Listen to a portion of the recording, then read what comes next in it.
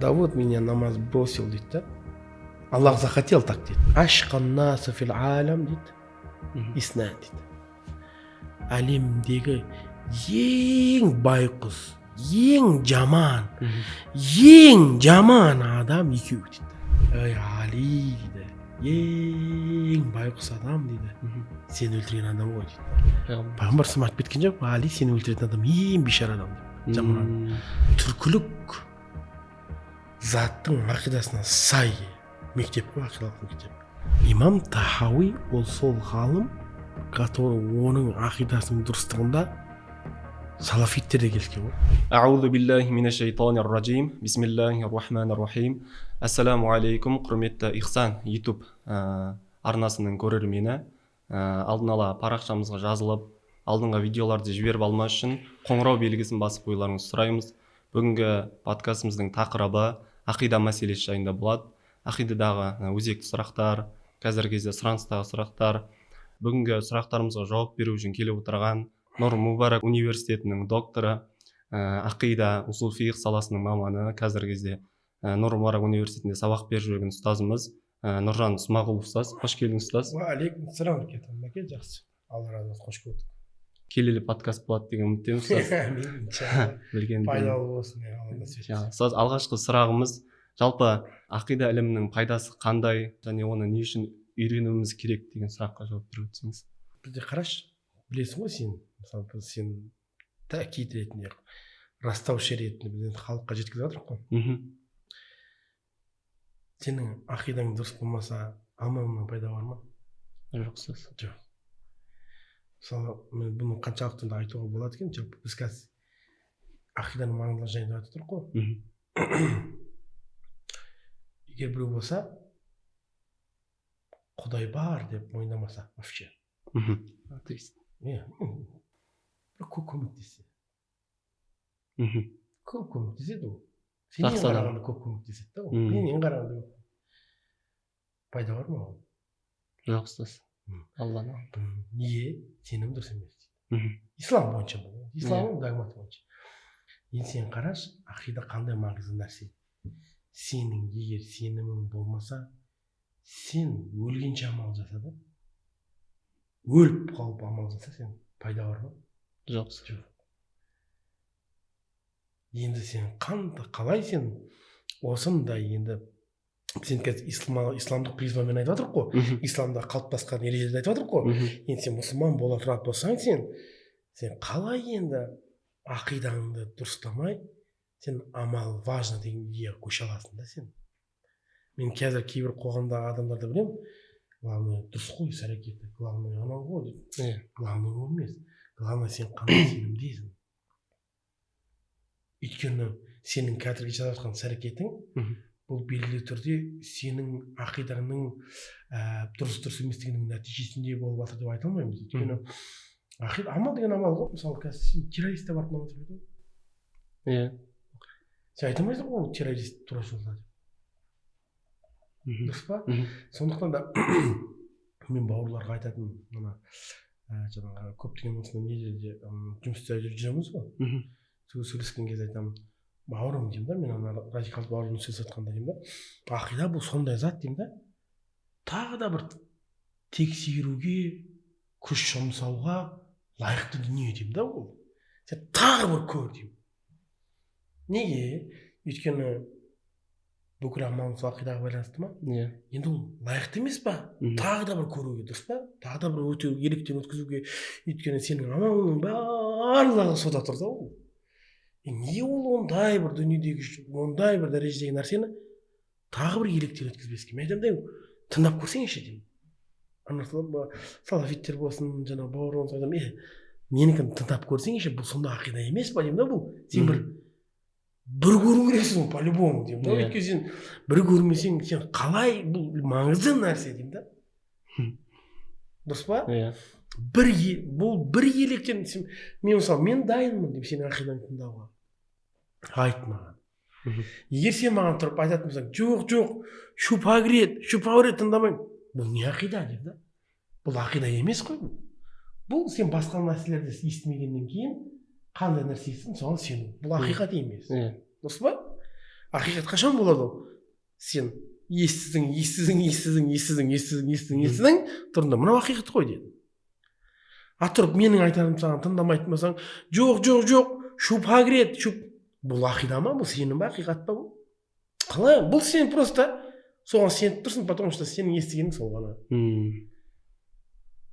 Басқаны естісең, басқа ақиқат болып кетуі мүмкін саған. Бұл қалай сенің құлшылығыңды осындай дүниеге негіздейсің? Мадияр, өзің ойлан сен. Мен сол ақиданың маңыздылығын ойлан. Абдурахман ибн Мульжим деген сахаба болған. Бәке, Абдурахман ибн Мульжим деген сахаба болған. Сол Абдурахман ибн Мульжим деген сахаба деп кешірім сұраймын. Абдурахман ибн Мульжим деген табииндердің заманында болған. Bir gün Peygamber sallallahu aleyhi ve sellem bu Ali'yi de öldürgen kişi. Abdurrahman ibn Mülcim деген. Ali халиф болған кезде. Бірақ оның алдында кім тұрады да, пайғамбар саллаллаху бір күн отырады, отырған кезде Али отырады қасында. Сөйтеді, пайғамбар саллаллаху тұрып айтады, Алиге қарап кетті, Али жақсы көріп кетеді деп тұрды. Ашқан насы фил алам дейді, иснан дейді. Әлемдегі ең байқұс, ең жаман адам екеуі дейді.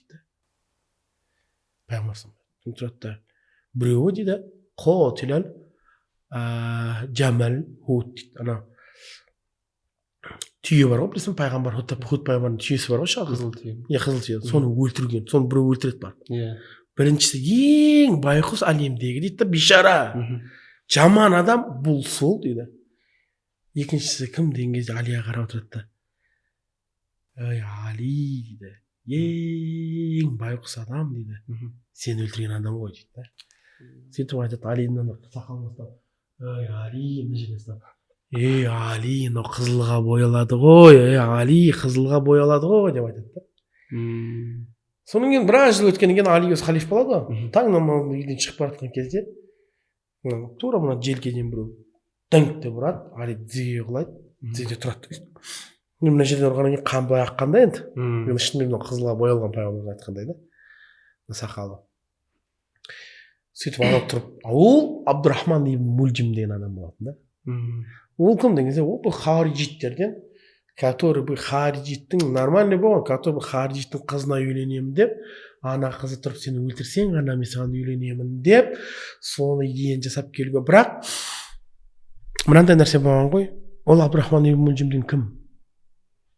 Абдурахман ибн Мульжим дегеніміз Құранды жаттаған қари хафиз. Ғалымдар оны сипаттайды, нәпіл оразасы таусылмаған, постоянно нәпіл оразасы. Тахаджуд күнде амал бар ма? Бар. Сен ең күшті, мен ең күшті. Екеумізді жинаған кезде екеумізді ең күшті. Бар ма? Бар. Полный амал ода. Амал ұрып тұр ода. Күнде тахаджуд тұрып дұға қылады, я Раббым, әлемдегі ең жаман адам Алиді маған өлтірген мүмкіндік берші, я Раббым деп дұға қылады. Сөйтіп енді анау Алиді өлтіре ұра алды ғой, енді мүмкіндік ұстай алды ғой. Сөйтіп шекесінен ұрған кезде Али екі тізеге құлады, екі тізеге кезде тұрып, ана айтады Абдурахман ибн Мульжим, ей Али, сен әлемдегі ең жаман адамсың дейді. Неге деген кезде, өйткені мен күнде Алладан дұға қылдым, я Раббым, әлемдегі ең жаман адам Алиді өлтірген мүмкіндік бер, я Раббым, мүмкіндік бер. Берді ма мүмкіндік? Берді. Демек сен жамансың, Али деп тұр да ол. Бірақ Али айтады да, бәл әнта ашқаннас дейді. Өліп баратып, бәлкім сен ең бейшара жаман адамсың дейді. Неге сүйеніп айтып отыр? Али оған? Пайғамбар айтып кеткен жоқ, Али сені өлтіретін адам ең бейшара адам деп. Жаман адам. Енді қарайтын болсаң, анау өзін ойлап тұр ма солай деп? Жоқ. Амал, ол өзінің амалына сеніп тұр ғой, тахаджуд, Құран, ораза, полный тұр да ол. Бірақ ол біліп тұрғанда жақта оны пайғамбар саллаллаху айтып кеткен да, ол байғұс және ең жаман адам екен. Сондықтан Мадияр бәке, ақида болмаса сенің амалыңнан түк пайда жоқ. Түк пайда жоқ. Амал деген ұрып тұр да, ұрып тұр ғой амал. Бірақ ақида дұрыс емес та, пайғамбар саллаллаху алейхи ва саллям оның ең жаман адам деп айтады. Сондықтан да мен осыны айтамын постоянно елдерге айтамын да анау радикалдармен сөйлескенде ойлаңызшы деймін да бұл ақида сондай дүние деймін да стоит деймін да тағы бір қарауға стоит дүние деймін да бұл күш жұмсалатын дүние ғой бір отырып бір өйткені зачем амал жасайды десе ертеңгісін дұрыс болмай қалса маңызды Маке понял? Маңызды вообще ақида. Сондықтан біз ақида ілімі бұл ілімдердің патшасы ғой. Сондықтан да айтылады да айлмул кәлам дейді. Өйткені неге кәлам ілімі дейді ғой? Неге кәлам деген өйткені айтамыз ғой. Действительно сөз мына сөз дейміз ғой, білесің ба? Айтады ғой мынау міне сөз. Мынанікі бір сөз. Неге өйтіп айтылады? Өйткені ақида бұл действительно бұл ақиқат сөз да ол. Сондықтан кәлам ілімі дейді. Бұл ақида маңызды нәрсе. Егер сен ақидаң дұрыс болмаса, онда чут ол сенің амалың. Сосын келесі сұрағымыз осы ақидада бөлінеді ғой, екі мектеп бар деп. Иә. Ашғари, Матруриди деп. Иә. Соның ішінде біз Матруридиді ұстанамыз. Бүткіл Қазақстан, қазақ елі Матруридиді ұстанады. Негізінде дұрыс көзқараста. Не үшін Матруридиді ұстанып жатырмыз? Оның маңыздылығы қандай деген сұрақ. Мен енді саған Мадияр былай айтайын. Менің бір шәкірттерім бар, қазір кейбір таныстарым бар, докторантураға оқып жатқан шәкірттерім бар. Солардың бір тақырыптарының бірі Матуридтер мен Ашариттердің айырмашылықтары не тұрғысынан болды деген сияқты нәрсе бар да. Или болмаса қазақтардың Матуридит ұстанымы не себептен деген кезде бірнеше себептер бар. Бәке, бірнеше себеп бар. Бірінші себеп айтылады, бұл геопозиция дейді да. Геопозиция, то есть географиялық орын ғой позиция. Имам Матуриди Орта Азиядан шықты. Орта Азиядан шыққаннан кейін Абу Ханифаның негізгі ақидасын идеясын ашты, таратты. Енді мақұл, енді ақылға қонымсыз Орта Азияда бұл ілімнің таралуы да. Орта Азия таза Имам Матуриди Орта Азиядан шыққан ғалым. Сондықтан бұл геопозиция, то есть геолокация конкретно әсер етеді. Екіншіден, бұл негізі былай қарасаң түркілік заттың ақидасына сай мектеп қой, ақидалық мектеп. Негізі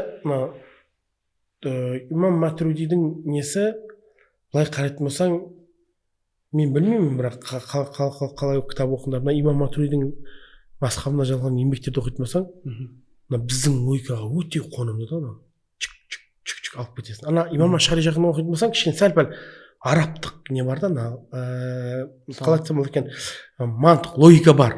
То есть екеуі де бір ақида, екеуі әйбет. Просто подаваниясы несі бар ғой, Имам Ашғариде кішкене жеткізу, анау кішкене сәл-пәл қиындап кетеді. Бізде Матуридтерде ақида қуатты тоже. Чистый, таза дәлелмен алып келген кезде сенің затыңның табиғатына сай түсінікті болып тұрады. Одан кейін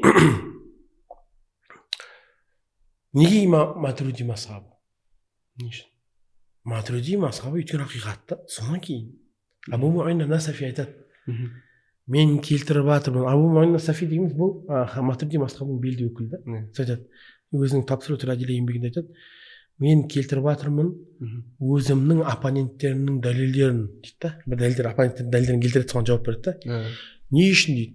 Ертең айтпас үшін дейді. Мен фанатизм мен мазхабымның артынан еріп кеттім, дәлелдердің артынан жүре алмадым деп айтпас үшін дейді.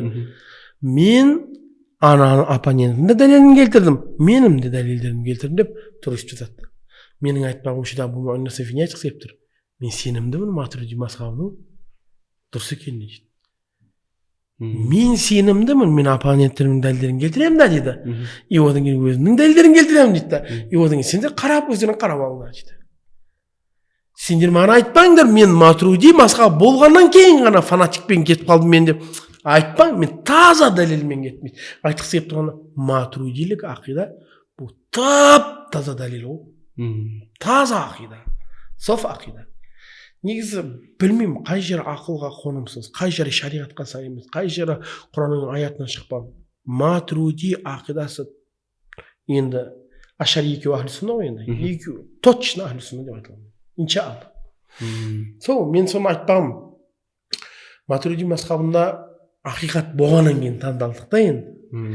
Жаңағы біз бана келтірдік қой, геопозиция, геолокация деп болмаса тағы нәрсе деп. Иә, ол бар, ол роль ойнайды, бірақ олай емес мақсат. Матуриди ақидасында мынандай бар.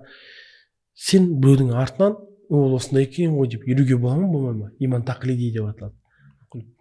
Тақлиди имам негізі есептелгенмен де харам да. Сен саған айта алмайсың, мен мұсылманмын, потому что мамам папам мұсылман деп. Саған айтады, сен харам саған. Қалай сен мұсылмансың, папам мамам мұсылман болған? Сен Алланы өзің ақылмен, не болмаса дәлелмен табу керексің. Ол ақида өйткені ери салатын нәрсе емес ол. Ақидада еруге болмайды бәле. Ақида неде ересің? Мазхабта ересің, фихта. Ханафи мазхабында намаз оқуда. Өйткені сен нәзік мәселелер ғой, сен білмейсің, оны ғалымдар білмесе ше. Ал ақида дегеніміз бұл әрбір адамның хақысы бар, сенім бекітілетін нәрсе ғой ол. Оны сен тыйып қоя алмайсың адамға. Ақида каждыйына бөлек-бөлек болу керек. Жоқ па ақида? Қиын жағдай. Жағдай қиын, жігіттер, жағдай қиын. Бөлек-бөлек деген қалай сіз? Нені бөлек-бөлек? Ақида. Бөлек-бөлек емес, айтпағым. Сен жеке өзінше дәлелдермен сенімді. Мысалы, біз мазхабта, ханафи мазхабында ғой. Сен ханафи мазхабында намаздың қандай дәлелдермен қалай салған білу шарт па? Шарт емес. Мен әйтеуір сен ханафи мазхабында ғалымдардың айтқанмен жүрсең болды да. Бірақ ақида мәселесінде сенің ақидаң жеке өзің дәлелге негізделген болу керек. Сен қалай сен айтасың мен? Жоқ, мен матуриди жерде болдым, матуриди маған не айтады солай. Болмайды ол. Сен бұл жерде жауапкершілікті өзің аласың. Сен айтуың керексің, жоқ, мен сенемін, матуриди болған сияқты емес. Мен сенемін өйткені бұл ақиқат болған себептен дерсің. Біз бар айтасың, бұл сенім деген жаман, бұл сеніммен ойнамау керек бұл. Сенім сенің мойнынан түспейді. То есть бір нәрсені дәлелмен білу, сену, бұл мойныңнан түспейді. Фихта түседі. Саған шарт емес. Анау қамай намаз, зекетті беру, кітаптарды оқып жүру, ол үшін фақih ғалымдар бар дейміз. Ақида ше деңіз, ақида сенің өзің сенің керексің. Мынандай сұрақтар бар да, сіз кейбір кезде Аллаға сенем дейді, бірақ кейбір кезде күмән болып қалады дейді. Енді жігіттер, күмәннің болуы қалыпты жағдай. Бұл пайғамбарымыз саллаллаху алейхи уассаламның бұл смотря қандай күмән. Күмәнің мынандай емес, өзің ойлап, бұл просто болады ғой. Ой келеді, қалмасаң да. Болмай ма сенде? Бір ондай. Болады. Иә, ой келеді. Вдруг екеу болып қалса ше, как будто бір сыбырлап атқан сияқты басыңнан ше. Ол сен ойлап тұрған жоқсың кәдімгідей өйтіп. Ой, екеу болсын, ол келеді ол. Иә, келеді. Бұл ой пайғамбар саллаллаху алейхи қайтарып тастау керек дейді. Не болса ол ой жүре берсін, сен просто оған үкім берсе, бұл дұрыс емес ой деп болды. Жүре ме басыңда, жүрмей ме өзің проблемасы. Бірақ мынандай болмайды, кәдімгідей өзіңнің ақылыңды жұмсап, Алла жоқ қой деме, по-моему. Деген болмайды да бұл. Бұл проблема. Ақида маңызды. Ақида жігіттер пол адамның өміріне әсер етеді ғой. Пол сенің жүріп тұруың, сенің бұл дүниеде күйзеліс емес. Енді Алладан ғой бәрі. Бірақ енді ақида деген дұрыс сенім дегеніміз сенің өміріңді тәртіпке келтіретін, Алланың қалауымен тәртіпке келтіретін дүние бұл. Сондықтан да ақида важно. Сіз осы қазіргі кезде теріс топтар, радикализмге бет бұрған топтар көп қой. Иә. Бірақ жалпы халық ақида ілімінен бейхабар десек болады. Бірақ олар ақида ілімін үйрену үшін қандай базовый ілімдер керек, қандай кітаптар керек, қандай кітаптар оқу керек? Фихул акбар деген кітап бар. Имам Абу Ханифа. Баяғыда Бауыржан Алиұлы есімі марқұм. Батайсың Бауыржан Али есімі. Сол айтатын. Фихул акбар керемет кітап қой деп. Оқығанға жеңіл, мәселелер ауыр да. Фихул акбар оқып көріп пе? Жеңіл ғой. Күшті ғой, өте шасың. Сөзі жеңіл ғой, сөз анандай бір. Когда кітаптарды оқысың ғой, тапсыру тирадилля, ячмат фили ачиқат, тамхид ламиши, соларды оқысаң, мәтін қиын ғой. Одан мағыналарды шығарып отыру. Фихул акбарды айтсайыншы, бір кішкентай балаға жазғанда жазған ғой. Түсінікті ғой. Енді араб тілінде оқып жүрген бала түсініп алады ше. Бірақ мәселелер қандай маңызды ауыр да. Сондықтан да мен айтпағым кеңес беретін. Негізі имам Абу Ханифаның еңбектерінен бастаған дұрыс. сұрақ суда болды ма Мәке? Иә, Менде- қандай кітаптар? Қазір оқырман біздің қазақша ма, орысша ма, арабша ма, егер шәкірттер болатын болса, мен бірақ мен фихул акбар, Абу Ханифаның кітаптары бар ғой, ол аударылған қазақшаға да, орысшаға да. Болмаса имам Тахауи бар ғой, имам Тахауидің несін өттік болады. Имам Тахауидің ақидасын. Имам Тахауи ол сол ғалым, который оның ақидасының дұрыстығында салафиттер де келіскен ғой. Бірақ ол ханафи мазхабында. Имам Тахауидің салафилер бар ғой, ешкімді мойындамаса, Тахауидің ақидасы дұрыс дейді. Ижма Тахауидің ақидасында. Сол Тахауидің ақидасын кеңес береді. Ол да аударылған қазір. Орысшаға да қазақшаға. Енді бұл ақиданы оқу оңай емес. Егер ауам халық болатын болса, енді кәдімгі бұл ілімде оқып жүрмеген, нетпеген халық болатын болса, онда ол бір аса нәрсе емес. Анандай түсініп қоятын деген нәрсе емес. Оны бір ұстазбен отырып, иә, ұстазбен оқып дұрыстап алу керек. Сол кезде түсінікті болады. Бірақ атак Тахауи ақидасын бастауды айтады. Одан кейін тағы да көбейіп кете берген кітаптар бар. Негізі мына қазақша аударған өзіміздің кітап бар, Ризабек ұстаздың кітабы бар, Қалмахан ұстаздың кітабы бар, Ержан Қалмахан деген ұстаз. Есің бұл ұстаздарды. Иә, осы кісілердің қазақша аударған кітабы бар. Негізі ақида кітаптары, мынау кітаптар негізі. Алар өзі.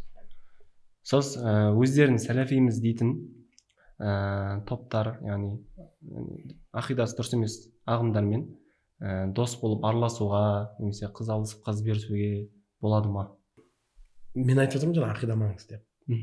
Ақида болатын болса, енді харам, анау мынау деп айтылмайды, енді кәфір емес, не емес қой. Бірақ жалпы өзіңнің өміріңнің дұрыс болып ағу үшін бәрі баланста, неме тағы да бәрі бір-бірімен жақсы болып жүру үшін бір ақидада болған адам болған дұрыс қой. Түсініп тұрсың? Бірақ бұл харам деген сөз емес бұл. Алсаң болады. Просто өзіңнің өмірлік тұрғыдан қиыншылық болмаса. Шариғи тұрғыдан саған харам демейді да. Өмірлік тұрғыдан қиыншылық туындатпаса. Мұсылман ғой. Дегенмен мұсылман ғой, кәфір емес, не емес. Онда болды, онда сен біз басқа нелердің насрани мен яһудилерді алуға рұқсат береміз ғой біз. Бұл жерде қайта не да ол. Қыз балаға айтатын, қыз балаға тимеген дұрыс. Егер әхлі сунна қыз бала болады ғой, Матурид Ашари тұрып салафиге тимеген дұрыс. Өйткені қыз бала көп нәрсе шешпейді ғой. Сондықтан да мәжбүрлі түрде кейде өзі кіріп кетеді. Қыз балаға керегі жоқ. Қыз баланың дініне тиянт деп айтылған. Бірақ сен тұрғыдан, жігіт тұрғысынан болатын болса, енді ода тұрған қатты ағаттық жоқ деп ойлаймын. Қайта кішкене наоборот кейде алып былай кіргізсең де болады деген сияқты әңгімелер ғой. Бірақ енді кейде ол кісі қайтпай қалатын болса, үйде конфликт, фитна, анау-мынау туындайтын мәселе болып қалуы мүмкін. Содан абайлау керек. Енді мен бұл адамның өзінің жағдайына байланысты деп ойлаймын. Былай шариғи тұрғыдан бір былай не деген сияқты керек жоқ деп ондай бір үкім жоқ, нас келген бір. Бірақ әйел кісінің неге жаңағы радикалға үйленіп кетуі более опаснырақ деп ойлаймын. Сондықтан да әйел кісінің бермеген дұрыс. Өйткені тыңдайсың ғой, әйел тыңдайды ғой. Тыңдайды ғой. Оны жайлап бір күн кіреді. Жарайды қойшы дейді. Қаншауын көрдік қой. Сіз келесі сұрағымыз жалпы қазақ жерінен, қазақ елінен шыққан тарихтағы тұлғалар, ақида ілімін жазып кеткен тұлғалар жайында айтып өтсек. Бұл мен ғой. Зерттеп жүрсіз, сол үшін. Мен қазір уақытта кеңес беретін көрермендерге Мадияр Бәке кеңес беретін қазіргі біздің қазақ ғалымдарының, бірақ мынау қазақ болып қалыптасқаннан кейінге шыққан ғалымдар бар ғой, солардың анау қазақты шыққан, жазған деген сияқты. Оның алдында бар қазақ өлкесінде жүрген, туып өскен, бірақ оны точно қазақ деуге келмейді, түріктер ғой, бірақ енді Сығанақи, Ат-Тарази деген бұрынғылар бар ғой, олар болған. Олар емес, бұна мен 700-ден былай қарай шыққан ғалымдарымызда, оның ішінде мысалы Ыбырай Алтынсарин атап өтіп келді. Кітабы бар, мұсылмандық тұтқасы деген. Идеальный кітап қой анау. Сен оқымадыңдар. мұсылмандық тұтқасы. Оқымадыңдар сен. Мен сені кеңес, бұл кәдімгі идеальный кітап анау. Ішінде ақидасы бар, ішінде фих бар. Фих, бес фих бар ғой анау. Намаз, қажылық, зекет, ораза полный жазып кеткен. И одан кейін ақида жазып кеткен. Аллах қылып сенеміз. То есть әрбір мұсылманға керекті айлмул хал дейді, ғылым хал деген естіп жүрсің ба? Ол не ғылым хал дейміз? Мұсылманға минималка керек ілім ғой, сенің әрбір мұсылманда болу керек ілім деген сөз ғой. Ибрай Алтынсаринның сол кітабы ғылым халы. Әрбір мұсылман оқу керек. Одан кейін мен аны басқа еңбектермен салыстырамын ғой. Басқа еңбектермен салыстырамын, қолында кел. Басқа еңбектермен салыстырамын да, басқа еңбектерде мустабихи емес ой болады. Ол не? Мысалы, Шәкәрімнің кітабы бар, мұсылмандық кітабы деген. Ол да страшный кітап, енді анау серьезный кітап та. Енді анау сауда саттықты да қамтыған, никахты да қамтыған, анау енді жазған ғой действительно кітапты. Ақиданың бүкіл вопростарын қамтыған Шәкәрім атамыз.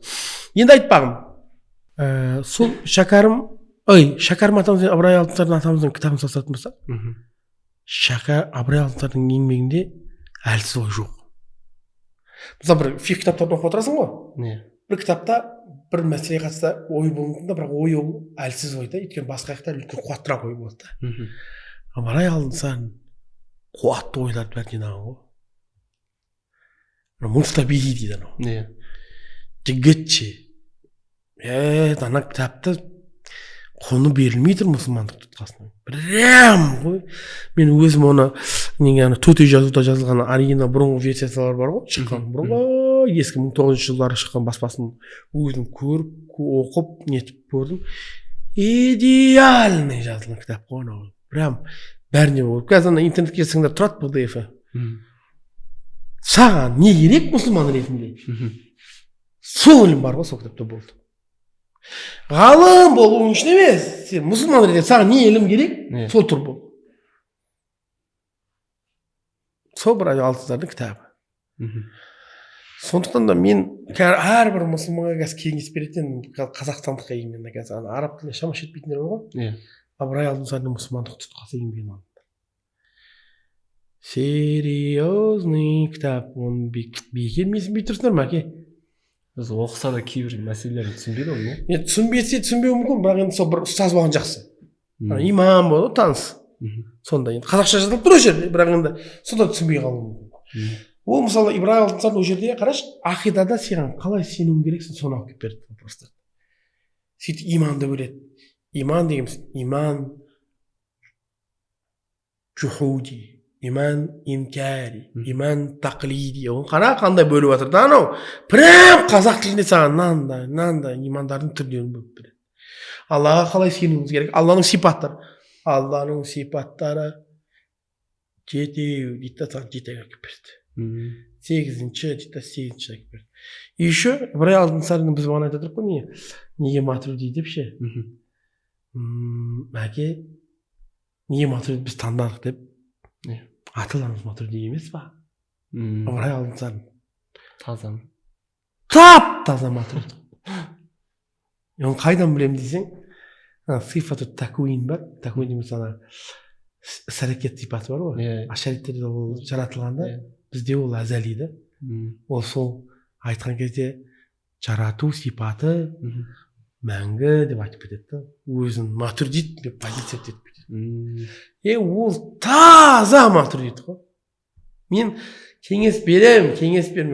Туысқандарым болады ғой анау, бір дін туралы кітап таба алмай жүреді, үйтеді, бүйтеді, не оқысам болады. Бер, соны берсең, мен даже ана кім салафит вахабит бауырымызға айтамын ғой. Сен кішкене аталарымызға да қарай салайық деймін да. Ақымақ емес шығар, Құдай таңдады ғой олар да бірде, сен дұрыс па? Не, қандай дін таңдапты? Абайға да қайтайық. Шәкәрімге де қайтайық. Мәшһүр Жүсіпқа да қайтайық. Ыбырай Алтынсаринға да қайтайық. Енді қазіргі үлкен 4 тұлға ғой, известный да, который қыры ашылған. Бірақ біз еще философ ретінде ашылғанда, бірақ біз діни жағын аша алмай тұр ғой бұл кісілердің. Бірақ енді белгілі діндар адамдар екен де, осы 4-еуіне қайтайықшы жүр. Жігіттер, мадияр, 4-еу ярый матурidi ғой. Прям матурidi. таптаза Матуридит. Төртеуі де Матуридит. Төртеуі де. Енді үлкен ғалымдарымыздың алдымызға келетқан аталарымыздан төртеуі де Матуридит болып бізге нені айтады? Біздің аталарымыз нені ұстаған? Матуридит ұстаған. Матуридит деген кезде болды ғой. Сен Матуридит бірінші дін ақыл деппін ғой, дін ақиқат. Екіншіден ата барын ұстаған жоқ. Сіз осы Шәкәрім атамызда сәләфи болған дейді ғой. Ол қалай? Кім айтады оны? Жоқ, ондай емес. Сондай сөзі бар. Салафи болған деп үш анық деген айтып жатқан шығар, ана три основаға апарып. Үш негіз деген кітап, салафиттің кітабы ғой. Шәкәрімде қандай не бар? Үш анық бар. Сонымен байланыстырады да, типа ана үш анық, үш негіз деген сияқты. Вообще қатысы жоқ. Вообще қатысы жоқ. Ана басқа әңгіме ғой. Екеуі де ақида кітап. Анау басқа, мынау басқа. Мен саған айтайын, үш негіз деген Абдул-Вахаб жазғаны бар ғой.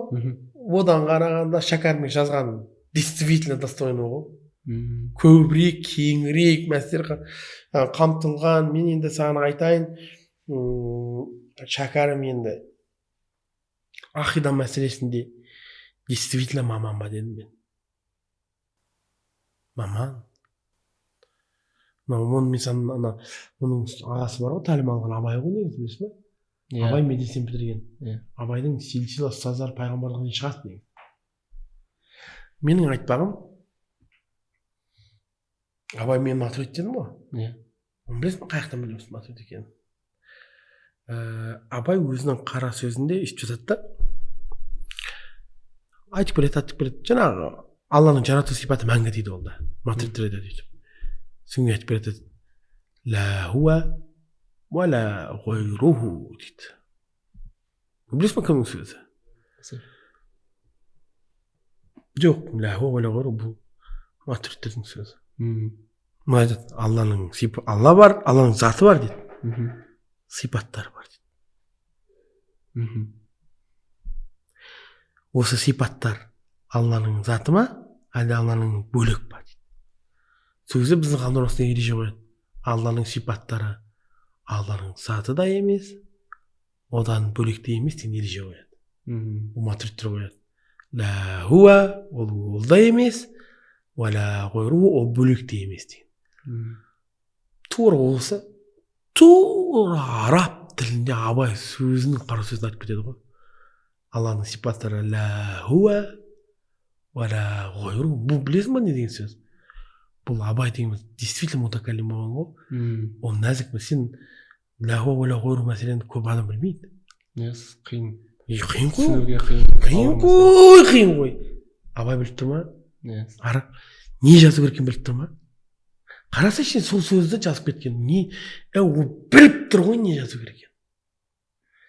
Бұл оның завине сөйтіп айтып тұр ғой. Мен Матуридитпін деп тұр ғой.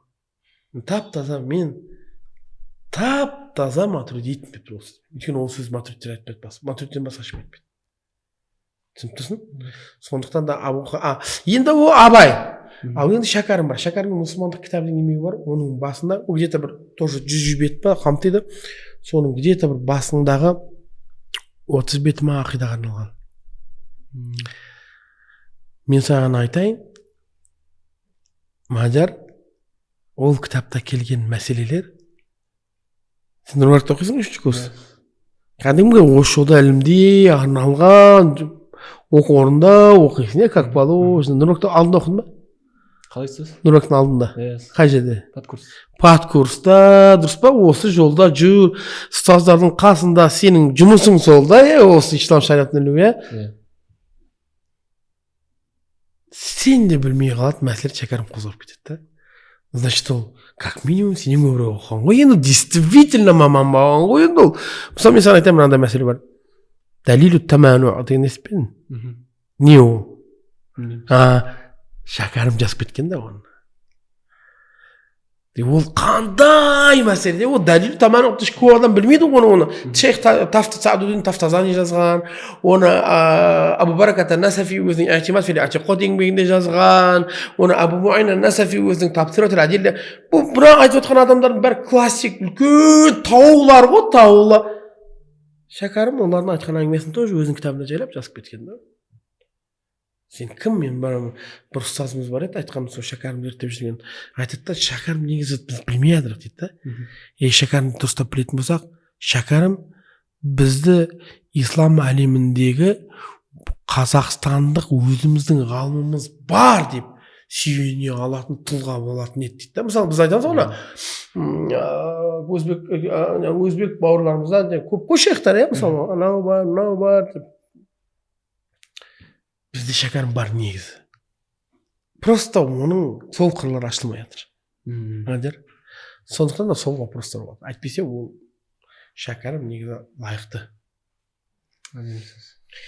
Далилу таману деген бар, соның қадір мәселесін, жаңа Алланың такуин сипаты, жарату сипаты әзәли емес мәселесін қозғап кетеді. Енді көп нәрсе айтады.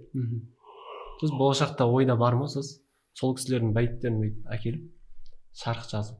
Бір жасағанымыз бар ғой, бір асыл кенемен көріп пе Ол ютубта? Иә. Жоқ, кітап ретінде. Кітап ретінде болады. Біздің заманда бір кітап оқи ма қазір? Бәке? Кітап.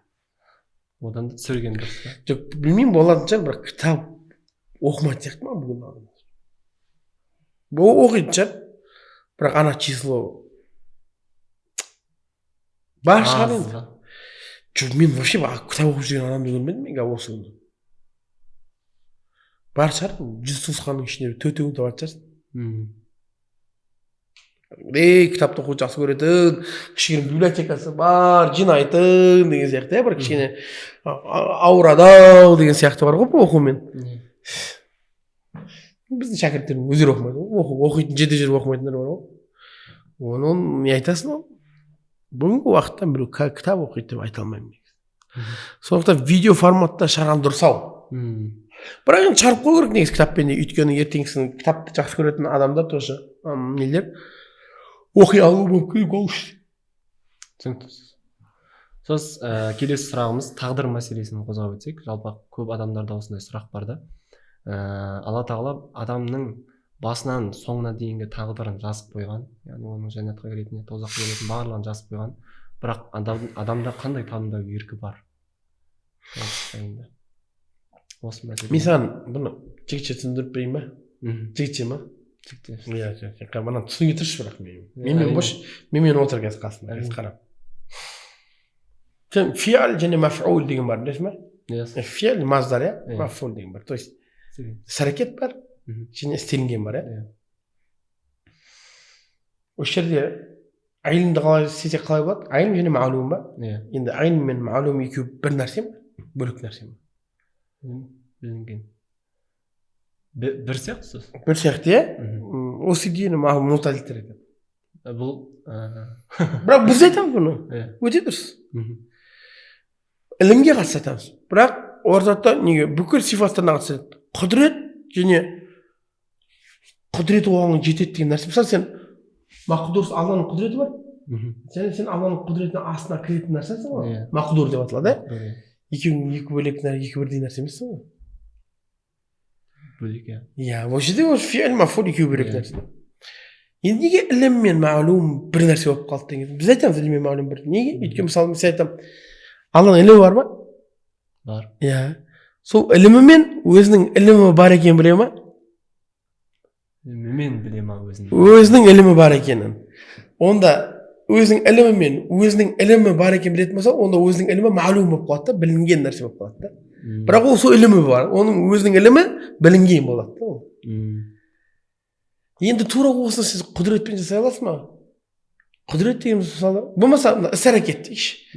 Сенің іс әрекетің, бұл сенің іс әрекетің деп айта аламыз да, әлде сенің іс әрекетің басқа нәрседе шығу керек па? Менің іс әрекетім басқа нәрседе шығу керек та. Өйткені бұл жерде сенің іс әрекетің, бұл сенің жасалынған іс әрекетің деп айта алмайсың сен. То есть сенің ісің, бұл сенің жасаған нәрсең деп те айта алмайсың. Сен іс қой, сен онымен жасап жатсың ғой. Ол қалай сен жасаған нәрсе болады дейді. То есть сен онымен жасайтын нәрсең сол ма сенің жасалған нәрсең? Деген сияқты әңгіме ғой, короче, тұрсың ба? Айтпайсам, мен отыр дедім саған. Енді осы жерде осыны әңгіме туындайды. Неге разница дейді да? Өйткені дейді, іс дейді бұл әсер етуші дейді да. То есть іс бұл әсері шығады. Ілім әсер етуші емес. Неге ол ілім әсер етуші емес? Мысалы сен іліміңмен мүмкін емес нәрсені де біле аласың ба? Біле алмаймын. Неге біле аласың? Мен мысалы айтайын, екінші құдай деген мүмкін ба, мүмкін емес па? Мүмкін емес. Мүмкін емес қой. Бірақ сен біліп тұрсың ба, екінші құдай деген немен зерттеп тұрған? Біледі, білесің, сен білесің. То есть ол болмаса да ықтималдығы жоқ, сен білесің да оны. Ол мүмкін емес ол болу. Бірақ сен оны білесің. Ал енді мүмкін емес нәрсені жасайсың деп айта аламын ба? Жасай алмаймын. Іс-әрекет та, іс-әрекет әсер етуші да ол уже. Ол жерде іс-әрекет жүре алмайды уже. Енді осыны түсіндің ғой? Түсіндім. Енді қара. Алланың тағдыры бар ғой. Тағдыр дейміз, сен тағдырың бар ғой? Иә, бар.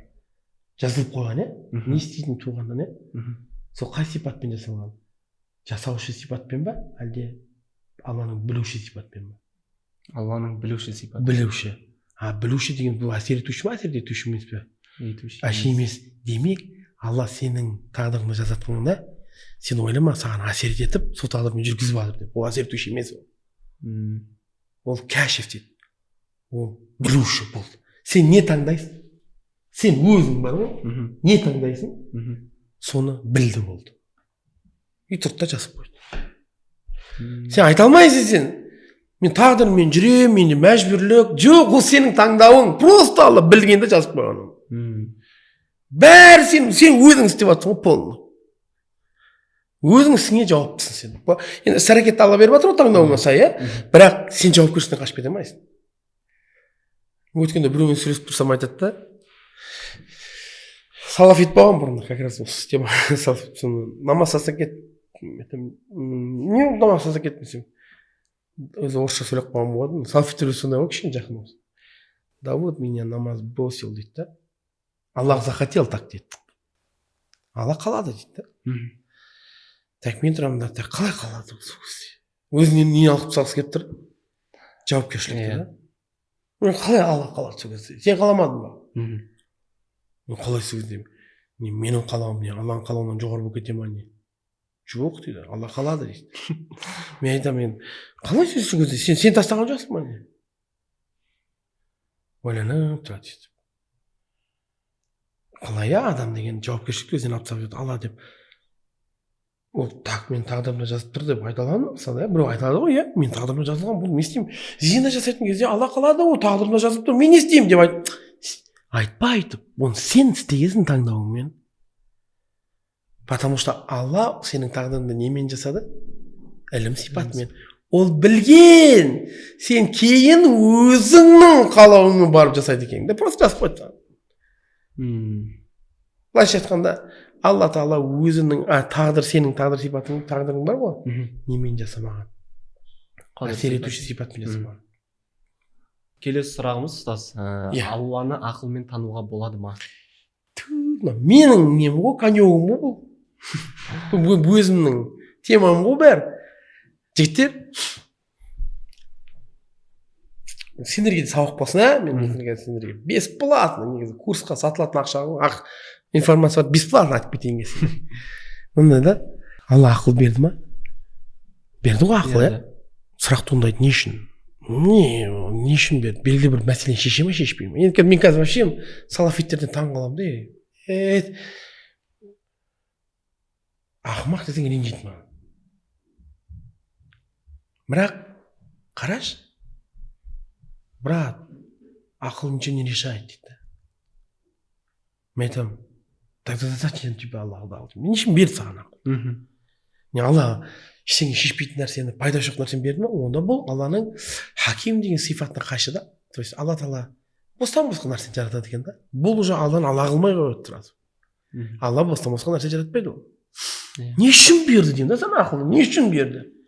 Егер сен айтатын болсаң, строго по Құрану сунна. Біз айтпаймыз Құран суннаны тастаймыз, ақылмен жүреміз деп, Құран суннамен бізде жүреміз ғой. Бірақ сен қалай ақылдың рөлін жоққа шығарасың? Мен естіп айтамын.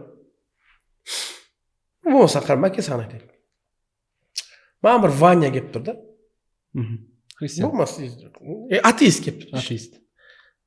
Аты кім мысалы, аты бір атеисттің аты қандай сайкю дейікші. айтайын тұрмын.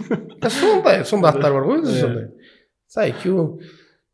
Сол келіп тұр да мысалы маған құдай бар ма деп ше, дәлдеш деп. Сен Құранның аяттарын алып жүгіресің ба? Жақсы. Саған не дейді сен Құран аяттарын айтатын болсаң? Сен ты чего дейді? Мына негізі атын өшіп тастау керек кейін ше. Өйткені реклама болып кетпесін Алла көрсін. Ол мысалы мынандай болады бір Ваня дейік ше, Ваня келеді де келіп сұрайды. Мәке, құдай бар ма не дейді. Сен не дейсің тұрасың да? Қандай? Құраннан аяттарын әкеліп бересің ба? Дәлел дейді саған. Салафиттердің ой бойынша сен Құраннан мен айтамын, не істейсің сен деймін да? Ваня келіпті, не істейсің? Құран скажем, все дейді да. Ол саған айтпаймын сен Құранның аятын айтқан дейді. Сен Сәке, ты че, мен сенің исламыңа сеніп тұрған жоқпын. Сен маған немене ма? Құранның аятын әкеліп тұрсың, мен вообще сеніп тұрған жоқпын оған. Айтады ма? Айтады. Қалай дәлелдейсің енді? Ақылмен. Ол бір общий бір площадка болу керек қой, мойындайтын, Ваня мойындайтын да, сен дәлеліңді мойындайтын. Ол қандай общий площадка? Екеуің де ақылды мойындап тұрсыңдар. Сондықтан да емес па Ибрахим алейхиссалам, Муса алейхиссалам ана патшаларға білесің ана фараондармен ана Ибрахим алейхиссаламға да Муса алейхиссаламға да келген бұл оқиға айтады. Екеуінде де патшасы айтады. Екі оқиғада менің құдайым дейді. Соң тұрады Муса алейхиссалам да екеуі екі уақытта болған ғой. Бірақ екеуінде де бір оқиға. Ибрахим алейхиссалам да құдай болсаң менің құдайым өлтіреді және тірілтеді дейді. Фирғаун тұрады да все дейді. Екеуін тартады да, короче. Біреуін өлтіреді де, біреуін тірі қалдырып қояды да. Бұл білесің ба не орнап жатыр?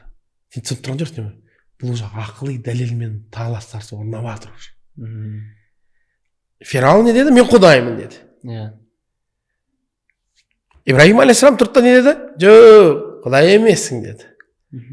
Құдай болсаң сен мынаны жасауың керек деді да. Сенің құдайлығың дәлелі мынау деді. Уже қандай ақылы дәлел кетіп жатыр. Сен мынау деді. Фирғаун түсінді. Так, ақылмен түсініп жатыр да болды. Так, егер мен мынаусын жасап берсем, автоматты түрде мен кім боламын дейді. Құдай боламын ғой дейді да. Бұл уже сөз тартыс кетіп жатыр. Бұл ақылмен дәлел алып келіп кетіп жатыр да. Соң Фирғаун тұрды да екеуін алып келеді да. Біреуін өлтірді да біреуін тірі қалдырады. Жасады ма? Жасады. Демек ол құдай болу керек та. Бұл уже логика да, бұл сондай ол. Ақылмен жасап жатсың. Ибрахим алейхиссалам тұрады да сол жерде тоқтатса болады деді негізі. Неге? Өйткені ол жерде тірілтеді, өлтіреді дегеніміз бір затты тірілтіп, бір затты өлтіре алады да. А Фирғаун не істеп тұр? Біреуін өлтіріп, біреуін тірі қалдырып тұр. Ол жасап тұрған жоқ негізі. Ол жерде ары қарай Ибрахим алейхиссалам бармаса да болады еді, бірақ ойланып тұрды да, жарайды дейді. Менің құдайым мен. Күнді шығыстан шығарады да, батыстан батырады дейді. Қандай дәлел әкеліп жатыр? Ақылы. Құранның аятын айтып жатыр ма? Өзінің түскен несін кітабының аяттарын айтып жатыр ма? Жоқ, айтып жатқан жоқ. Соң Фирғаун тұрады да, Ибрахим алейхиссалам тұрады да айтады, менің құдайым шығыстан шығарды, батыстан батырады. Енді сен егер құдаймын десең дейді, наоборот жасап жүрші дейді. Батыстан шығар да, шығыстан батырып жүр дейді. Істей ала ма? Жасай алмайды. Арасындағы мынау сөз таластарсыз негізінде жүріп отыр? Ақылдың. Мен вообще таң қаламын. Мен мына бауырларымызға бар, сен қалай деймін да, мына қалай қоспайсың деймін да мынаны. Матуридтерде мынандай бар. Сен Алла ақыл берді ма? Абу Ханифа айтады. Саған ақыл берсе, сен үзір жоқ иманды таппауға дейді. Саған шариғат жетсін, жетпесін. Сен как имам болғанда қалай енді? Ла иляха илlallah Мұхаммад расулаллах кейбінде емес. Бірақ бұл әлемде бір жаратушы бар деген. Бұл ақылға қойылған дейді. Бұл спокойно, бұл детский не ғой, детский немен жолмен табылатын нәрсе ғой бұл. Бұл мынандай ғой, мысалы қарашы. Сен мысалы Бәке, сен ана жақта келаттың да камералармен. Қолыңа сыймай бірінші этаждан тұрды да, біреу көрді да. Танымайтын да біреу тұрды да. Бәке, ой, бәке деген, давай көмектесейін дейді да. Алды да мына заттарын бәрі көмектесіп мына әкеліп берді да. И кетіп бара жатыр. Бәкең не дейді оған? Рахмет. Дей ма? дейсің ғой. Біреу бар ма өйстіп ойлайтын? Демейді ол деп. Бар дейді ғой. Бұл осы нәрсені Алла сақ болған адамға. Саған біреу бір нәрсе істегенге рахмет айту түсінігің сенде бар. Ол не керек? Алланы табу үшін сол керек. Ол қалай? Енді саған біреу көмектессе, сен фитратыңда тұр оған рахмет айтуда. Сен қазір отырсың ба? Жүрегің соғып тұр ма? Сен істеп жатсың ба? Жоқ. Кім істеп жатыр? Біреу көмектесіп тұр ма? Біреу камерасын әкеп тұр ма? Бұған қазір данный момент жүрегің біреу соғып тұр ғой енді, біреу істеп тұр ғой енді, ол по-любому біреу істеп тұр. Ол сен емес. Ол мен емес. Кім ол? Ол сол біреу болып тұр, бағанағы бәкеңе камераның көмектескендей, ол сол қазір саған көмектесіп тұр. Көмектесіп тұрмаған саған, сол жүруіңе, тұруыңа, денсаулығыңның болуы істеп тұр ма? Енді сен оған не айтуың керексің? Міне сол құлшылық. Бұл құлшылық идеясы соған негізделген. Сен қалай анау камераға бәкеңе көмектескен адамға рахметті айтпауы мүмкін емес болса, сен сол түсінуің керексің. Мен мына асқазанды кім істетіп тұр мына? Сен емес. Біреу қорытып жатыр, действительно. Қорытып, витаминдерін былай жіберіп жатыр, ананы. Кім? Рахмет, кім болса да, действительно рахмет. Сол міне құлшылық. Сол Алланы табу. Осыны, дейді, адам, дейді, ақылмен түсінеді, дейді. Оған шариғат керек емес, дейді. Бұл мұны бір құдай бар екен бекіту, дейді. Сондықтан да мен жаңа кейде бауырларымызға айтатыным, ақылды қоспаймыз деген кезде мен айтамын, бұл қандай төмендік деймін да бұл. Сен жаңа Ваня келетін болса алдыңа, сен отырасың ба сол кезде? Брат, Аллах в Құране сказал деп. Кішкентай балалық емес бұл, ол кішкентай балалық қой. Сен қазір тек қана оны немен аласың? Который ода да авторитеті бар. Сенде де авторитет бар, бір құжат арқылы аласың. Ол не? Ол да ақылды мойындап тұр, сен де ақылды мойындап тұрсың. Одан кейін мен өткенде бір жігіт келеді да, енді не демей қойық, насрани дейік, андай қазіргі атпен айтпайық. Сол насрани өзі мұсылман болған, насраниға өтіпті да. Өзі кәдімгідей андай нация бар ғой анау, кәдімгі исламның қаны сіңіп кеткен, чешен ба, таджик ба, сондай айтады.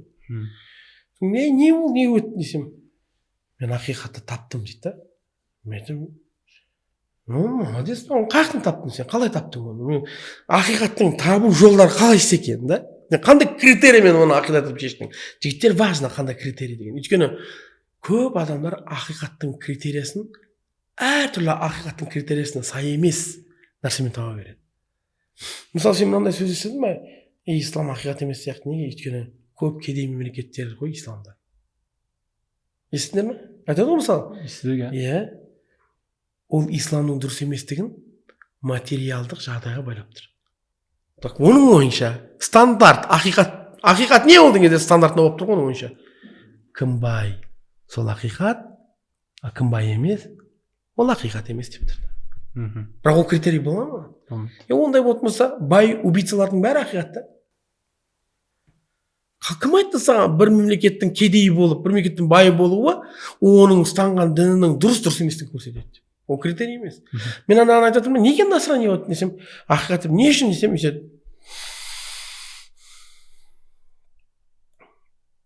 өйткені мен ауырдым дейді.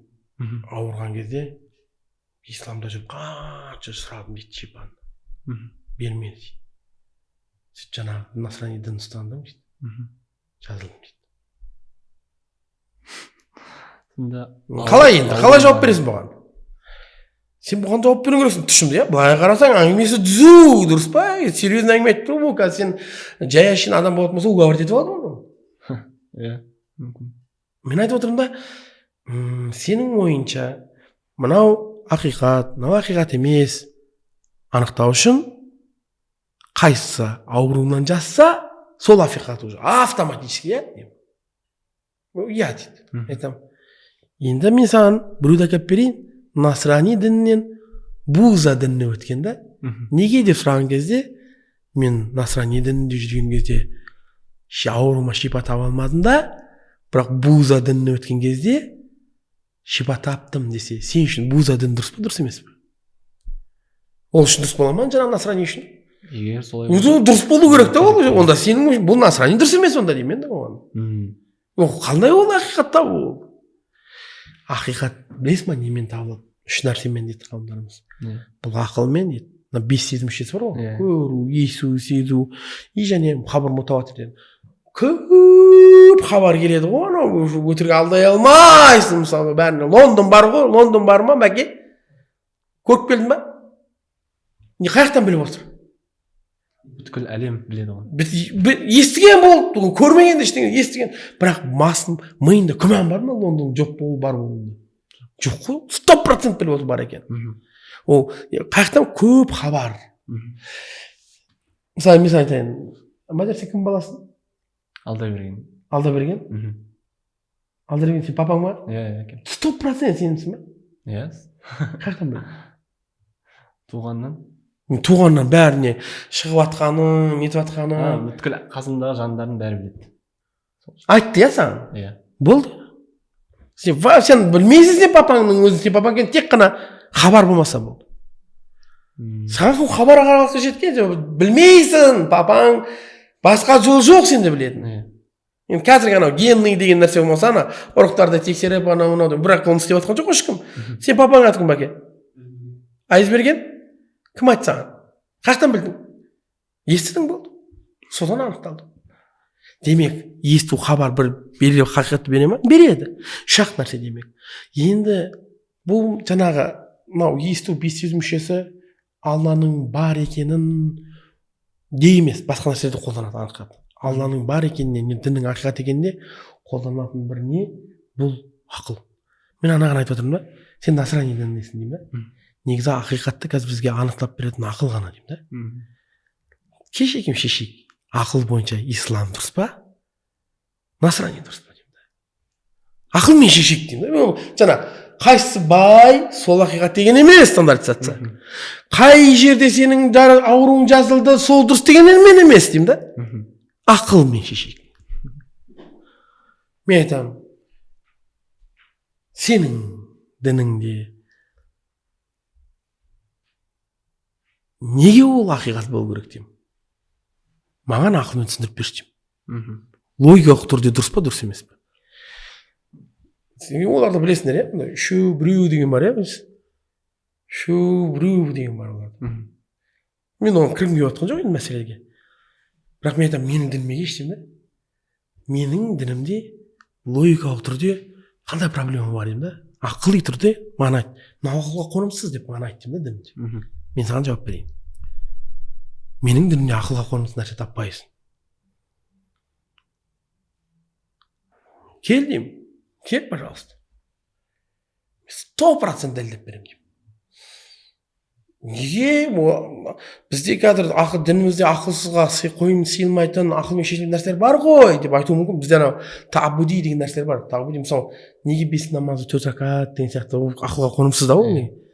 Мен саған түсіндіріп беремін, неге ол нәрселердің ақылға қонымсыз болуы екенін. Мен саған логикалық түрде дәлелдеп беремін да. Мен ана нәрсенің неге төртеу дегенін емес, мен айтамын, неге кейбір нәрселер ақылға қонымсыз болу керектігін логикалық түрде мен саған дәлелдеп беремін. Исламда деймін да. Сен маған дәлелдеп берші дініңді деймін. Сондықтан, ол логикалық түрде шығу қиын. Противоречие көп қой. Сөйтіп тұрады да немен шығады ғой, эмоциямен шығады. Жақсы көруің керексің сен дейді. Жақсы көрсең ғана саған ақиқат көрінеді дейді. Жақсы көрмесең, жақсы көру дегенімізде, бұл дегеніміз бір какой-то дисбалансты жауып тастап, жақсы көру фонымен өткізіп жіберу ғой ол. Мен дініме келдім, таза ақылмен шешеміз. Бірақ бұл ақылды жоғарыға қою деген сөз емес. Бұл шариаттың шеңбері бар, шариаттың сырты бар. Егер мен Құдайдың бар жоқтығын зерттейтін болсам, бұл шариаттың ішіндегі вопростан ба, шариаттың сыртындағы ма? Сыртындағы не? Өйткені мен әлі мұсылман болған жоқпын ғой. Мен Құдайды іздеп жүрмін әлі. Онда ол жерде ақыл құжат. Өйткені менде шариат жоқ әлі. Бірақ мен ақылмен Құдайдың бар екенін бекіттім, оның білімді екенін бекіттім ғой. Енді Алланың білімді екенін бекіткеннен кейін, сен бекітіпсің оның білімді екенін. Ол значит сенен де білімдірек қой. Енді сен уже шариаттың ішінде ақылмен бір сені шешсең, саған айтады дейсің, бекіткен жоқсың, Алла сенен білімдірек. Егер Алла саған сенің ақылыңа қатысты нәрсе айтып тұрса, қарсы. Сол ақыл алынады да. Өйткені сен бекіттің ақылыңмен. оның білімдірек екені да. Иә. Түсініп тұрсың ба логиканы? Мгм. Айтпағым, жігіттер мына қазіргі уақытта радикалды топтардың көп проблемасы осы ақылды өшіріп тастап, тек қана анау зоһириттер бар ғой, мәтін. Анау қалай айтсам болады екен, анау мәтінді оқып тұр, қалай буквалистер бар, буквализм. Сол буквалист деп отыр. Буквалист. Анау қалай келіп тұр солай келу. Иә. Содан мен бір айтқан сөзді естіп едім. Жақсы ұнады маған сөз. Негізі радикализм білімсіздікте ғой. Егер адам білім ала берсе, ол радикализмнен кетеді. Сондықтан да мына салафиттерде, вахабиттерде, радикал топтарда три основа деген кітап бар ғой. Содан қауайдал арбаама 4 қағида деген ба кітап бар. Солардан басқа кітап оқытпайды. Бұл брат, все хватает. Дамымау керек та қарай. Хадис, все брат, все хадис есть, все брат деп жібермейді дейді да. Мен ана біреумен сөйлестім ба, неде ана болып келгенше, ана құдай Сирияда болып келгенше, оқытқызбайды бізде ары қарай дейді. Құран оқып үйренесің, бұрын жаңа уақытшылап тыңдайсың. То есть сенің білімді болмауың маңызды радикализм үшін. Сол ма екен? Сонда мен жеке сұрақ бар да. Мысалға исламдың